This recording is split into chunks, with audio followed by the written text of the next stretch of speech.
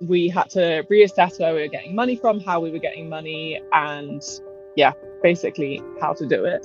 So we turned to corporate sponsorship, and I think there's so much money in the private sector that can be utilized that is not currently put towards charities. And I think like the entire way, if you think about it, the entire way that people perceive charities is really messed up. Like, society thinks that charity workers should work for free, right?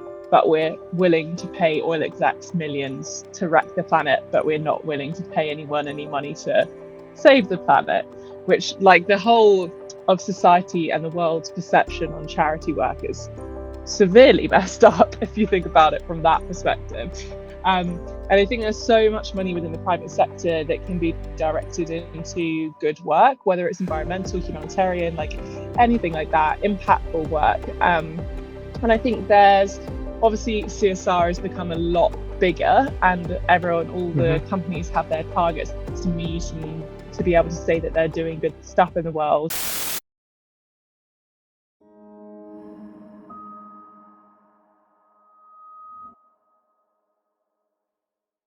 Thanks, Francesca, for joining me for a second conversation on the light side of green.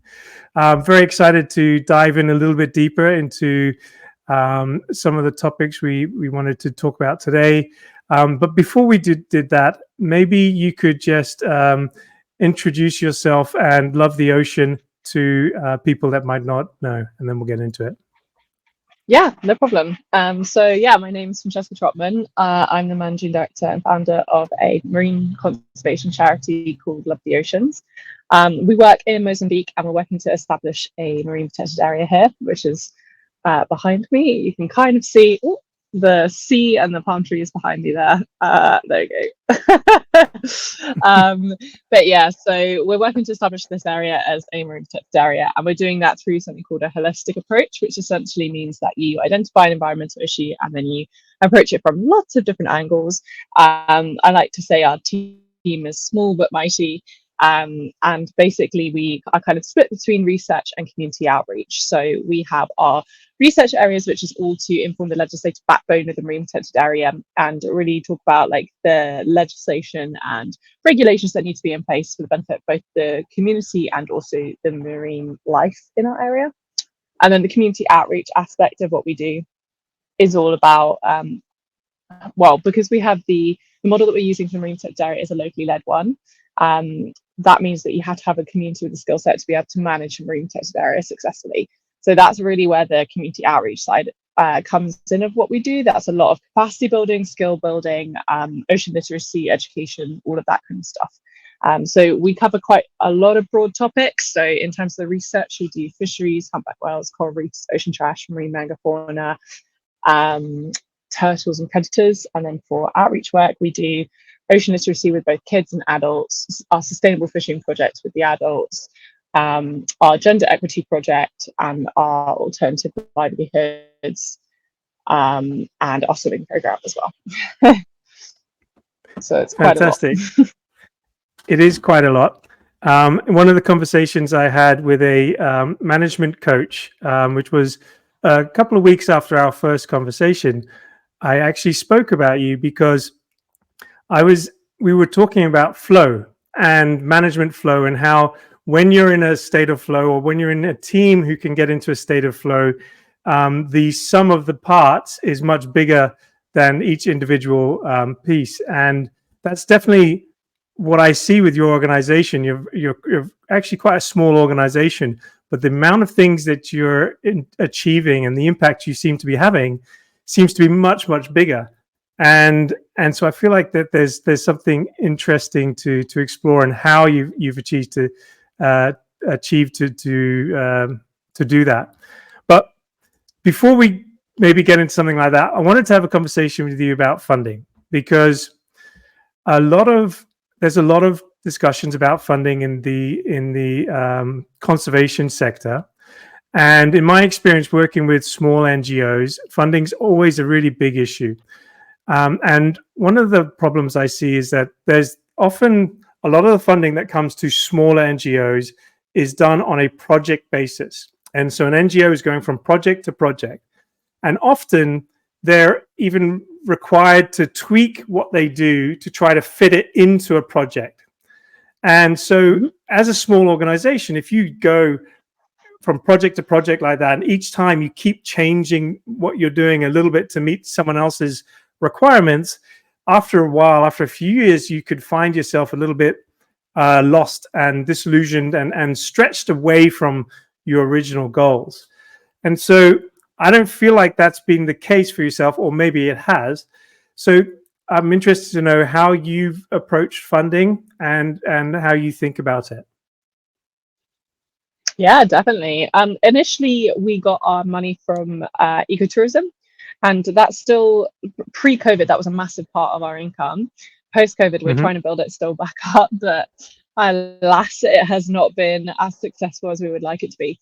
So we run conservation trips. A part of that is with students, so that is, we don't unfortunately make that much money from that at all because it's for students. But we are aiming to like expand into more like high-end trips and things like that, and be able to run these marine conservation trips.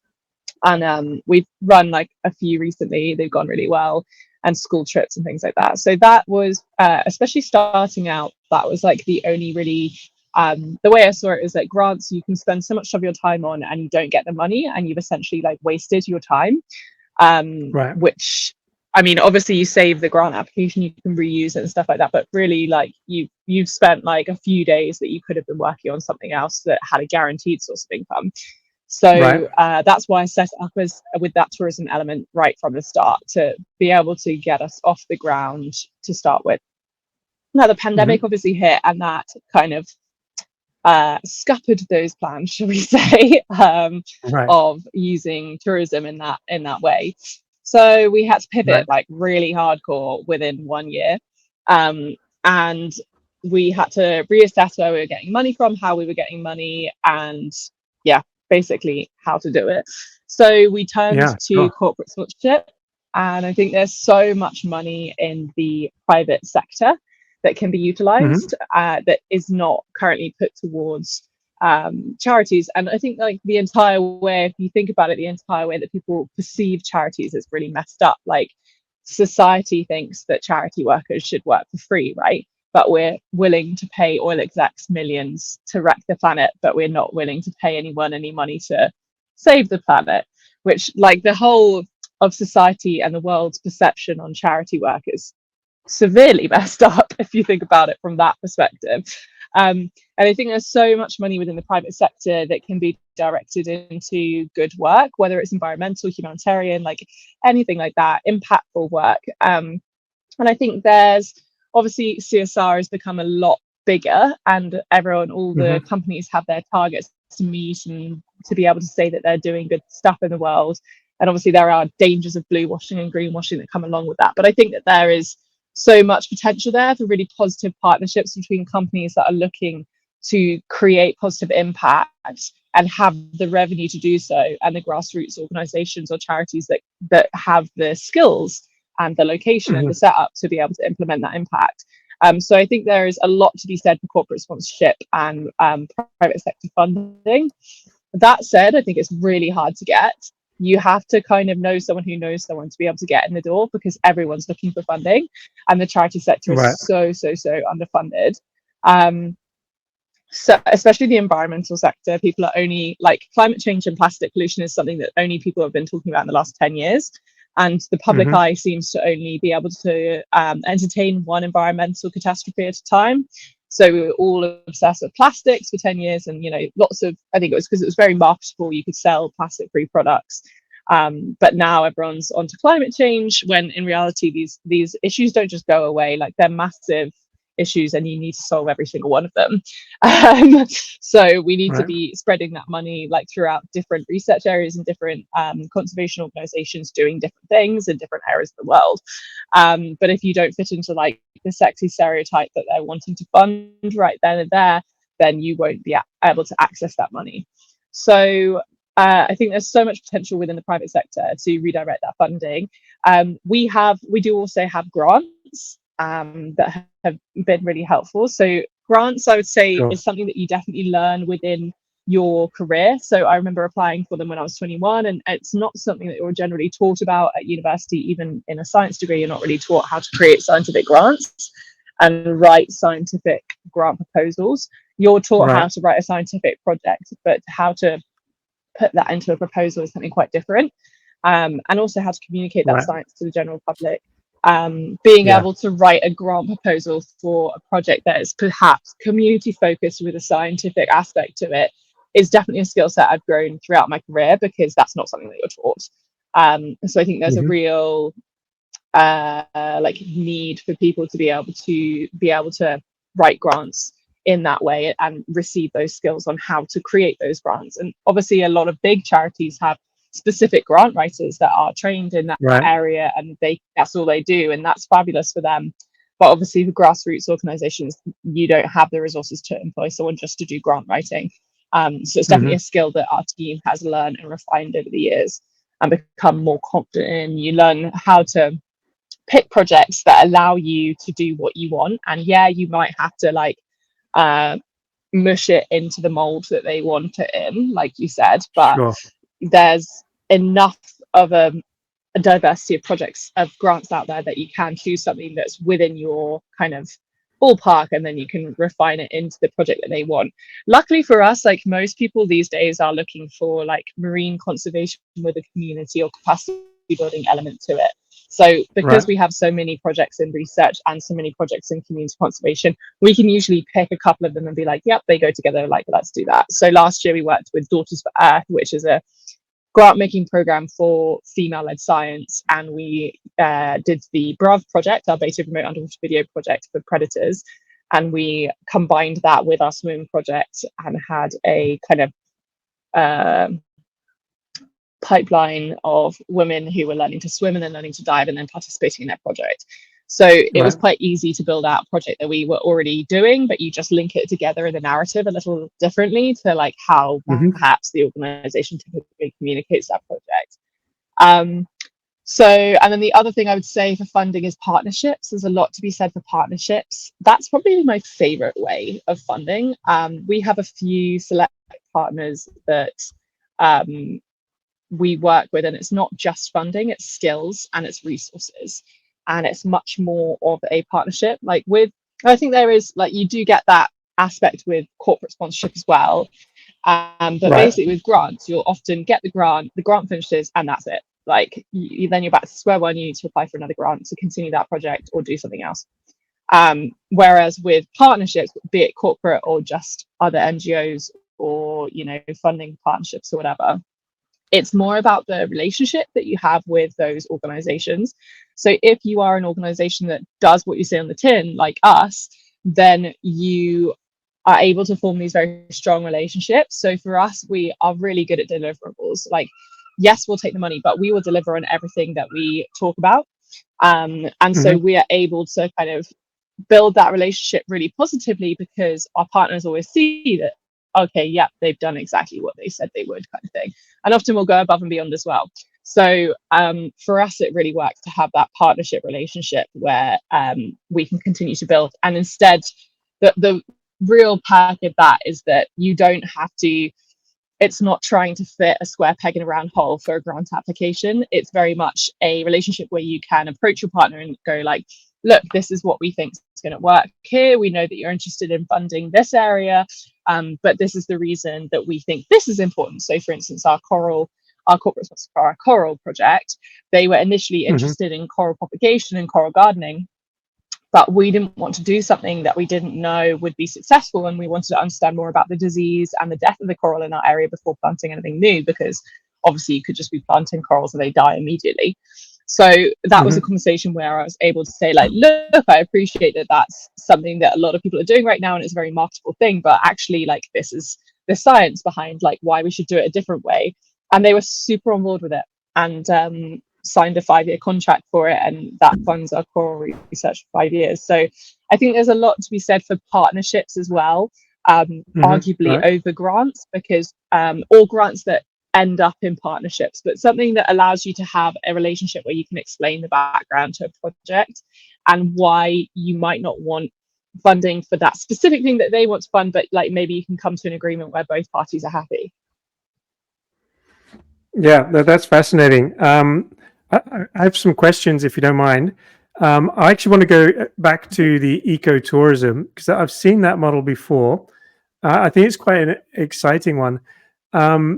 But you mentioned that you sort of started with that because it was, well, I guess my question is, why did you start with that? Like, what was it about ecotourism that made it easy to start with? Well, so it was a bit different the way that we started. So we didn't actually start with, like, I wouldn't really call it ecotourism. I call it like more like student expeditions. But essentially, I was a student Okay, myself. got it. I was 21 when I started the organization. And there was Yeah, definitely a lack of experiences in tropical marine biology that are legit and yeah, like right, actually contribute to, you know, a mission that's meaningful and gives you skill sets and life experience outside of your degree that's going to be useful. So it and was kind of so filling that just niche on that I that, thought was definitely lacking. Mhm. sorry, just on that, and that when you say like that is legit, it's because there are actually like a whole bunch of sort of, I think, what's it called, like volunteerism, which where you go and you do a diving course and that kind of thing, but you're not really doing a lot of science stuff, or you're not really Yeah. contributing to a community. There's a fair bit of, it's just kind of a tourism in a slightly different package, right? Yeah. So there's a lot of volunteerism around the world, which I have no problem with if it's transparent. Sure. Um, but unfortunately, there is like a very large section of the industry that kind of veered off, and it's more of a money making scheme to get money out Right, of students, which I kind of disagree with, because a lot of these students are actually doing work for right, their like dissertations and their degrees. right. It's a bit of a yeah, like it's really difficult also to navigate that entire section of the industry as well, because Yeah, right, half of like these organizations are doing such great work, and these students, as like for example for us, sure, we make a bit of money off each student that comes out, and that funds our conservation projects and their food and their accommodation diets and stuff, but yeah, also we need them physically in country to be able to collect the work, like collect the data that we're doing. We have a lot of right. data that we want to collect, and we physically don't have enough staff members. So in that scenario, like Hmm. we definitely need students that's going to benefit them in terms of their career and getting training within those scientific areas, but also it benefits us as well. But there Hmm. are projects out there that unfortunately, you know, label themselves as what we do or similar to what we do, but Hmm. the kind of like end product that they're contributing to has no meaning or it doesn't exist. So it's definitely difficult to navigate that entire side of the industry. Yeah, right. And I felt that when I was 21 and a student, I felt that there was definitely a gap for meaningful scientific work that had what we call it applied science, like essentially like science that you can apply to the real world and has an actually, Yeah. you know, meaningful impact that benefits both the student and the organization. Okay, cool. So yeah. And so and so it went away obviously with with COVID. I saw this with one of the organizations I'm working with in the Philippines as well. They had a really fantastic setup prior to COVID, and then it got wiped out. But they're actually using it now as an opportunity to reflect on how they were doing things, and they're turning it back on now. But they're not going to turn it back on as full on as they did before, because they've learned that actually it was taking a lot of time and effort away from what they wanted to do. Is that something that you experienced as well? Like, because it takes a lot of planning and a lot of effort to look after people in that kind of way.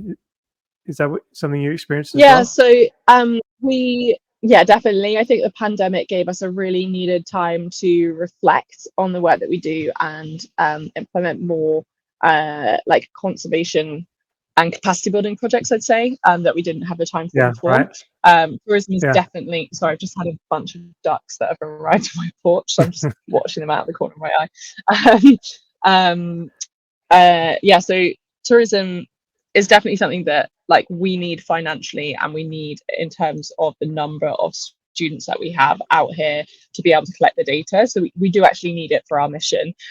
But Yeah. we have kind of become busier because we launched a lot of our capacity building projects during the pandemic, and kind of Right. reassessed that element of what we do, and didn't like post pandemic, we're still trying to build back the tourism, so we haven't sacrificed any of that kind of like side of Yeah. things, so we're just doing more. um, Right. so what I envisage eventually is to be able to employ people that are just kind of running the programs and the expeditions that we lead, but we still have our ongoing conservation work as like continuously rolling kind of underneath the surface as well. And some of those people that come on those expeditions, students that are getting qualifications, interns, that kind of thing, they get experience in those ongoing conservation projects. While some expeditions are pure tourism, so they don't, like, they see it from a surface level, but they're not going to deep dive into methodologies and things like that. Right. Okay. Cool. So moving then on to the CSR stuff, working with corporates. That to me seems like a really complicated way to raise money, and so if you're like a small NGO, how do you go about doing that? I mean, do you just start reaching out to big companies and say, "Hi, would you like to Golden give me money?" question. Right. That is the golden question. Still trying to work Okay. that one out myself. Okay. I don't think there's really any clear way of doing it. If you happen to be, what I found, which is really irritating, is that if you happen, and this is exactly why the charity sector is full of rich old white people, is if you're born into a certain wealth bracket, it's very easy to access other people who are also born in that wealth bracket and are willing, Right. potentially more willing to part with their money. And if you don't belong to that part of society, it's incredibly difficult to access that money. Right. So I don't really have an answer for you, to be honest. Like, we have managed to secure our corporate sponsorship, partly some of them through like complete blank emails, like literally like completely Yeah. emailing them out of the blue and just saying like, this is what we do, and pitching at them. Right. One through a friend of a friend, and what, like, sometimes like it's at events as well, and you meet people and form those bonds. And like, there's now this new breed of conference as well that I'm sure you've probably seen come up, where these conferences are kind of like business conferences but also environmental conferences, and it's this weird like hybrid situation where these businesses are trying to be more green and looking at becoming B Corps and things like that. So there's definitely that element in there as well, in that mix, but it is kind of like the blind leading the blind with this kind of section of charity work, and most charities, from my understanding at least, get their corporate sponsors through connections, like friends of friends of friends. Yeah. Okay. Well, I mean, that's actually a really good answer, because that's kind of what I thought. It is a really complicated space to navigate. Now, when you talk about CSR, you talk about that separately from partnerships, right? It's like partnerships is a different kind of thing for you. Okay. Yeah, so, I mean, like, so when I refer to partnerships, I'm kind of talking about more like with other NGOs and okay, foundations or like charities in the sector, so not necessarily corporate. Right. And so the big difference for you then with partnerships, and because you said how you really liked partnerships, is because you've got that ongoing funding thing, ongoing relationship, and you can have a conversation, and so there's sort of flexibility in how the funding comes. Is that correct? Yeah, that is flexibility. It's also like a relationship built on trust. So you spend time with these people, whoever the people are within the organization that are responsible for maintaining the relationships with projects or whatever. But you spend time with these people, you get to know them. And for us, as a small organization, it's really important that we work with people that have similar synergies. So the same, lack of a better word, the same vibe. So like our values are honesty and collaboration and cultural respect and things like that. And that's really, really important to the way that we work. And like we wouldn't be able to work with people that weren't like that. So from our side, like, we really like those partnerships because you have a relationship with individual people within a broader organization, but generally those people are an indication of how that organization works. How they implement projects. Are they honest about, you know, their impact, and, you know, who they fund, how they fund, how they get their money, all of that kind of stuff. Yeah, right. So I find a lot of transparency within those relationships, and I really enjoy that aspect of it. And I also personally, I've got very good at maintaining relationships with different partners, because that's just part of my role.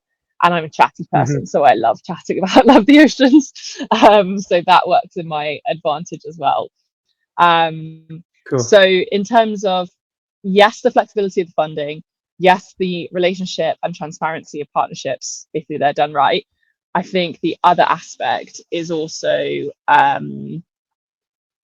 just dropped out of my head. The other aspect is also, oh yeah, resource sharing. So like when you're working on a project, or your partner's working on a project and they're doing similar things, you can literally share resources on it.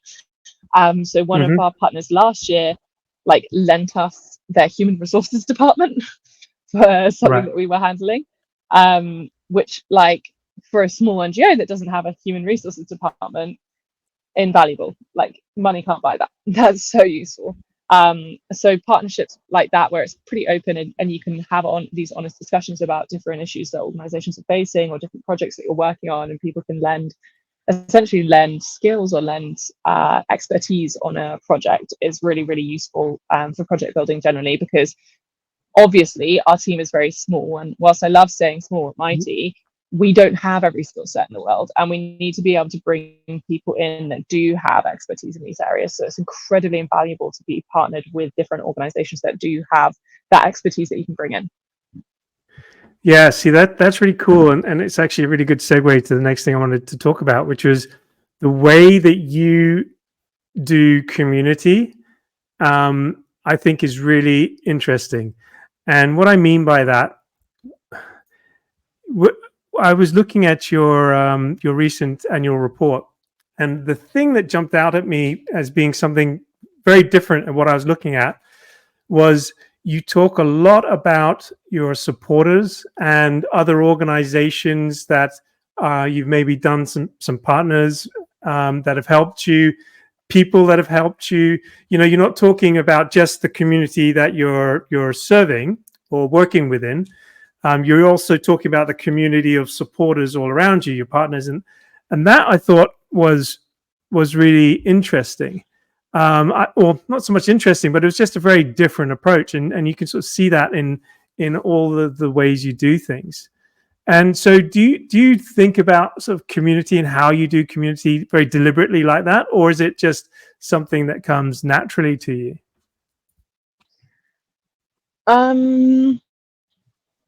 I think it's become something that we've thought of more recently in a more like formal sense, but I think naturally, I've spent like a long time building a culture in this organization that's based on kindness, and I think that because of that, you attract similar organizations, and I think that there's a lot to be said just coming from that approach of like having the empathy when you work with different communities, whether you're talking about internationally or locally, but like having empathy and being able to put yourself in someone else's shoes is really important in a lot of different industries. But for us working with the local community, absolutely like integral that you're able to see everyone's different perspectives and be able to hear people's different perspectives and take that on board. So I think in terms of building community, I think that is something that did naturally occur, and I definitely was not aware of when I was like 21 and just like learning as I go. And same with Pascal. I don't think we consciously did it, but community is incredibly valued in Mozambican culture. So I think it's something that kind of naturally evolved in our work, because that is just, you just don't do anything without community here, like whether it's a birthday or a project launch, like there are always people there, and community and support is a big thing here. And I think that has extended into the international space when we're building different partnerships and a larger community internationally. It comes with that aspect of trust, kindness, and honesty. So yeah, I think that that's now consciously we do it a lot more, and I'm always aware because we bring exterior skill sets in a lot of the time. So you have to kind of be mindful of who you're bringing in and what their approach to life is generally and their vibe. Right. Yeah. Because like our team are very, I like to say that our team is very humble. I believe that our team is very humble and very honest and transparent, and so we only want to bring people in with those kind of values as well. So it's always important that you keep that in mind when you're developing like a team and a sense of community. Yeah. So I agree with that. I wrote down the word open as well. Openness. I feel like you're very open, and that's also part of what I see with what you're doing. There is a risk, though. I've worked with a very similar organizations to yourself in the Philippines, who have actually been burned several times from being a little bit too open, and as a result, they've really closed themselves off, and it's now they take an almost like us against them kind of approach, which also seems to work for them. It's a different vibe, a different style, but no, I think it's quite interesting, the culture of your team. But it goes, even there are specific tactical things that you do that support that, and one of the examples of that was I believe you have an embedded storyteller. I'm not sure if I'm using the right words to describe the role. Could you tell me a little bit about that, and what the role is, and how you imagine it helps your impact? Yeah, so Marin is our in-country storyteller, and In-country he storyteller, is that's right. born in, yeah, I mean, he's just storyteller. You can just call him a storyteller. We just add the in-country to make sure people know he's in Mozambique, not in the UK or anywhere else. Yeah, he is born and raised in this local area, and he actually came through. It was actually a really natural progression. He came through our Ocean Conservation Champion program, which is an internship program for local kids in the area. So he came to our swimming lessons and progressed to advance, and then enrolled in our Ocean Conservation Champion program. So within that, we sponsor them high school, we sponsor them further qualifications. So he's done his swimming qualifications, his diving qualifications, and then they're at the older age of teenage years. So they're like 18, 19 at this point. And obviously the next conversation is like, what do you want to do with your life? Which is kind of a big conversation for an 18-year-old to entertain. But at that point, they were some of the first OCCs we had through. And I was trying to work out if we had space for them within the organization, or whether that was going to look like trying to work with them to find jobs elsewhere, or like what we needed to do in order to facilitate, their involvement in the marine space in the long run, whether it be with us or someone else. And Mario was like, I love cameras, like I wanna be a filmmaker. And I was like, cool, we need one of them. So he just started telling stories. So he started with photography, and now he's learning film a lot more, and he basically creates content. So some of that is like interviews with local community members. So right now he's working on a project, a film to screen in local schools here, based around the negative use of fishing nets. So like how unselected they are and how damaging they are to the marine environment, and how this is linked to our sustainable fishing project. So he's breaking down like essentially the marine food web, and what happens when you remove like herbivores, which is what is being removed by the nets at the moment, and explaining this in a like understandable and digestible way for local community members. And I cannot tell you how invaluable that kind of skill set is, because he's doing it in Batonga. Batonga is the local dialect. It's not a written dialect. And about 50% of our population here is illiterate. So in order to reach people and be able to physically show them, like literally film something, be like, this is what I have filmed in the ocean right there, kind of thing, but also spoken in a dialect that they fully understand, is invaluable in terms of communicating conservation and catalyzing that change, and really like creating change. So that aspect of his work, super crazy useful. Then he also does stuff like brand shoots, which is super random, but he does that for our equipment sponsors. So part of the deal when we get free equipment for stuff is that we shoot photos and content around that. So he's also got like good at brand photography and filming, Right. and then social media stuff for our social media too. So he does a big mix, but I think at the beginning, right at the beginning, we didn't have scope to pay someone to do that. But Right. when he said he wanted to do it, and we have like, I'm a photographer in my spare time, it's my second job, and my partner's a filmmaker. Like, it was, the skill sets were there for him to work from, and it wasn't a gigantic leap. It was something that was like, okay, push the boundaries of what we wanted to do at that point. But this young guy was saying like that's what he wanted to do, and he was prepared to, work hard and learn that skill set. So yeah, it was something we facilitated, and I'm very glad we did, because it's been incredibly useful for the organization.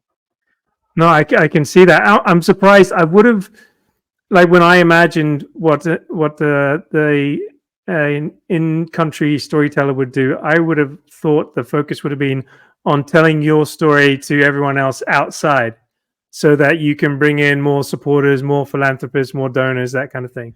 So the fact that you're actually using those stories with the community inside, I think is really fascinating. Yeah, I mean, there is And like, we do sorry, use, go ahead. sorry, we do use his content for like grant proposals and things like that as well, to Right. to be able to tell our story more to outsiders. But internally, it's actually super useful. Yeah, no, I can see that. I can definitely see that, and it helps you to get the community on board and break down issues of trust and all that kind of stuff. No, that's really fascinating. So, Yeah. one of the other things that fascinated me about your work very early on was I saw at the very beginning you had a 10-year plan. And I thought that was really fascinating for several reasons. One, it demonstrated your diligence and discipline in putting together something like that. That's clearly can't be easy. And I looked through it, and it's in a lot of detail. I'm sure a lot of things have changed since you did that. But what was your thinking behind doing that? And is it still something that you would do again, or do you feel like it didn't serve its purpose? Yeah, I mean, we actually update that document on an ongoing basis internally. So Cool. it's something that we definitely keep up to date with. We have a rough plan of what we want to do, and we have pipeline dream projects that we have, and our staff members, dream of one day doing this or that or the other. But it's Right. great to kind of like build a pathway for those dreams to happen, because ultimately, like, the start of LTO was very like dreamy. It was just Pascal and I being like, oh, it'd be great if we could one day do this. And in Right. reality, that is what we went and did. And so being able to create, it turns, basically having a strategy like that turns your pipeline dream from a pipeline dream to a plan, an action plan that you Right. can actually work on. And I think that is invaluable for an organization to understand what path you're going to take and how you're going to reach that end goal. The end goal being your overarching mission, and like what you ultimately want to achieve in your company or charity or NGO or whatever. And that timeline allows you to have some goals that you can set, and your objectives and what you want to do by certain dates. For us, like, and a lot of NGOs, I think, and charities, it's incredibly flexible because it's based off Sure. what funding is available at that moment. And as with many NGOs, all of our projects are just limited by funding. If someone gave us £1 million tomorrow, we'd be able to do a hell of a lot more. But as we get grants for different projects, which we're always applying for, then we launch a project kind of like straight away, like immediately. And that's the perk of being such a small organization, is you have that agility. But definitely having a strategy that at least outlines those projects. And when you come to a grant and you're like, oh, this grant isn't exactly what we're doing right now, but we had this plan to launch this project in 2 years, maybe we should launch this project now because this grant is available and we could write for it now. Then that's like where that can come in really useful. So yes, definitely would recommend doing something like that. And you keep it up to date on sort of a yearly basis, and so it's constantly sort of 10 years out? Well, so pretty much. We send it to various people, partners, like people coming in and helping. Every now and then, probably like every few months, we send it to someone new. So it's got to be regularly updated in order for, and we launch so many new projects all the time that it needs to be updated on a very regular basis to be able to stay relevant. So we probably update that probably every few months at the moment. And then it does kind of sit at eternally 10 years away, but we try and like keep the achievables the same, as in like at the same timeline on the same timeline. So like you don't want to have set sort of targets and then just keep moving your targets out. Definitely not. Yeah. So I want to wrap up on a question about sort of exit plan. I mentioned to you I had a conversation with Simon Berry of Cola Life, who after 10 years of his NGO is closing his NGO this year because he's achieved his goal and he's now on to greener pastures. And that made me think about your 10-year plan.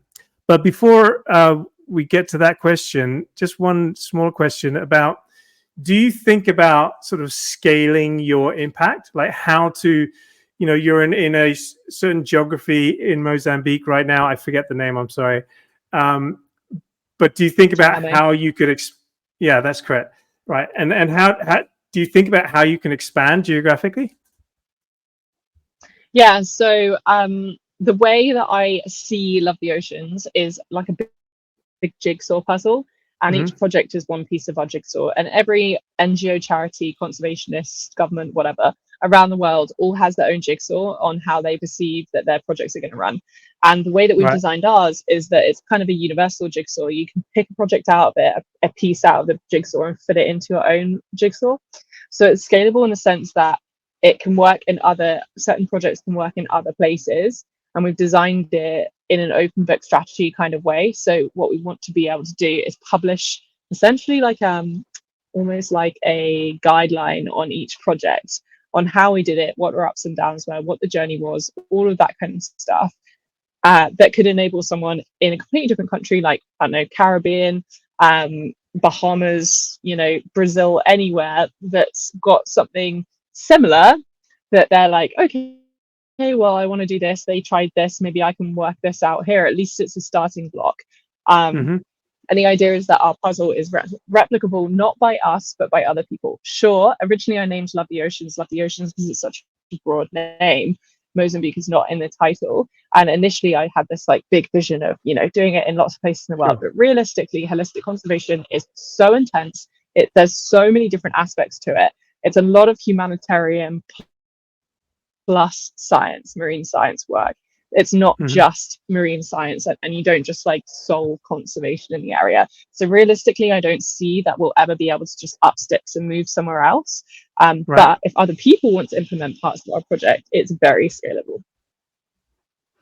Yeah, that's interesting. A little bit like a sort of open source NGO kind of idea. Another way we would describe it in the private sector is you've sort of got modular services. They're sort of or modular programs. I like that. So going then to the idea about exit plan, and maybe just a little bit of background on Cola Life. Simon, he came up with this fantastic solution for shipping medicine for diarrhea across Zambia in Coca-Cola crates, which is why the name's called Cola Life. Because he realized that Coca-Cola was getting shipped everywhere. And he was getting frustrated that the medicine couldn't get it the same places as the Coca-Cola did.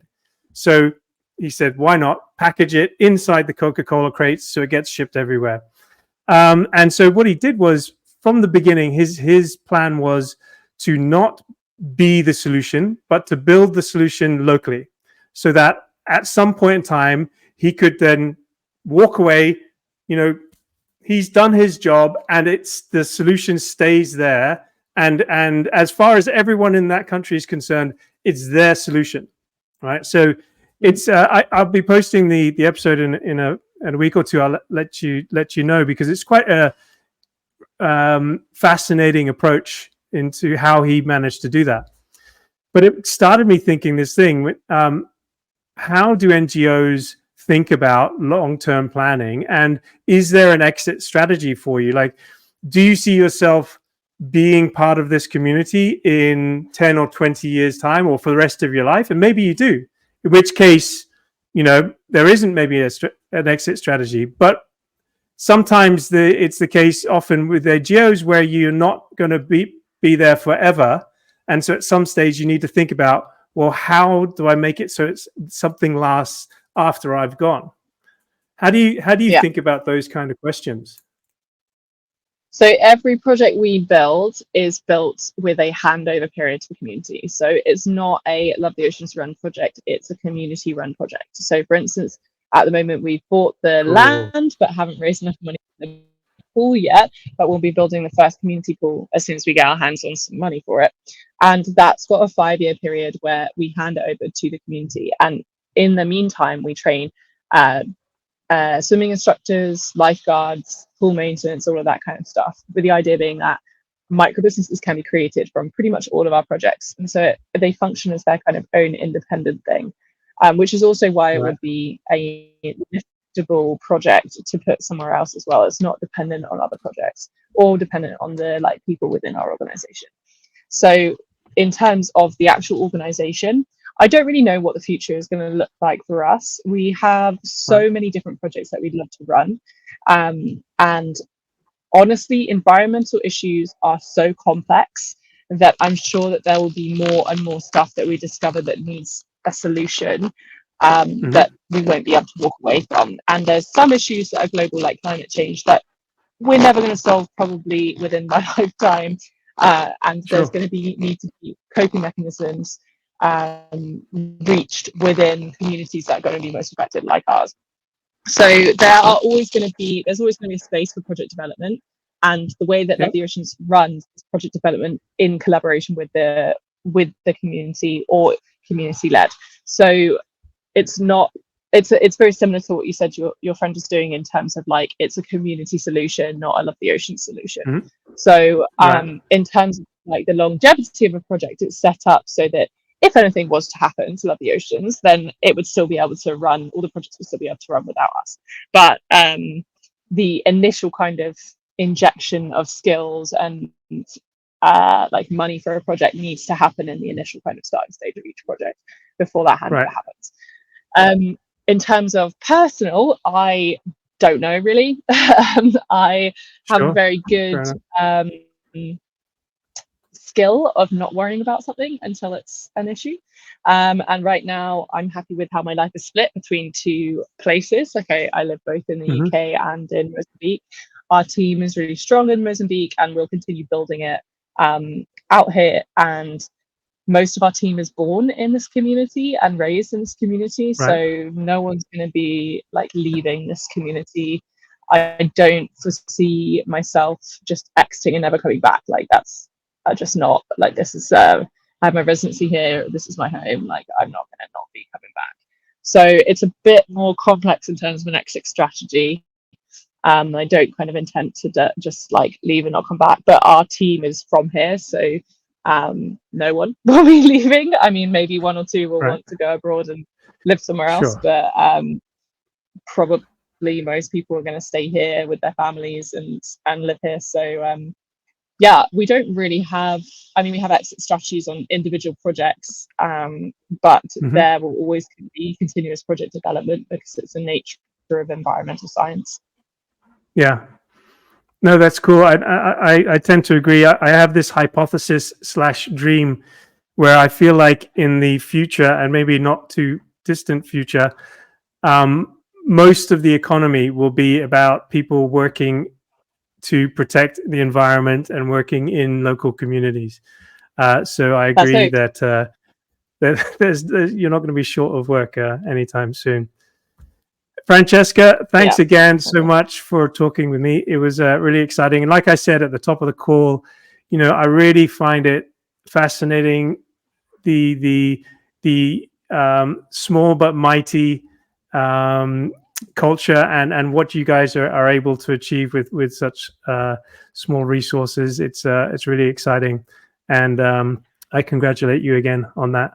And if people want to follow you guys, or maybe follow your stories, how can they best do that? Yeah, they can reach us on probably Instagram's the platform that we share most of our content on, which is just at Love the Oceans. Our website is lovetheoceans.org, and that's got all the information on like our expeditions, donations, all of that kind of stuff. So okay. Yeah, everything's there as well. All right. Well, I'll let you enjoy the rest of your day in your lovely beach house, and I'll speak to you again soon. Take care. Yeah, thanks very much.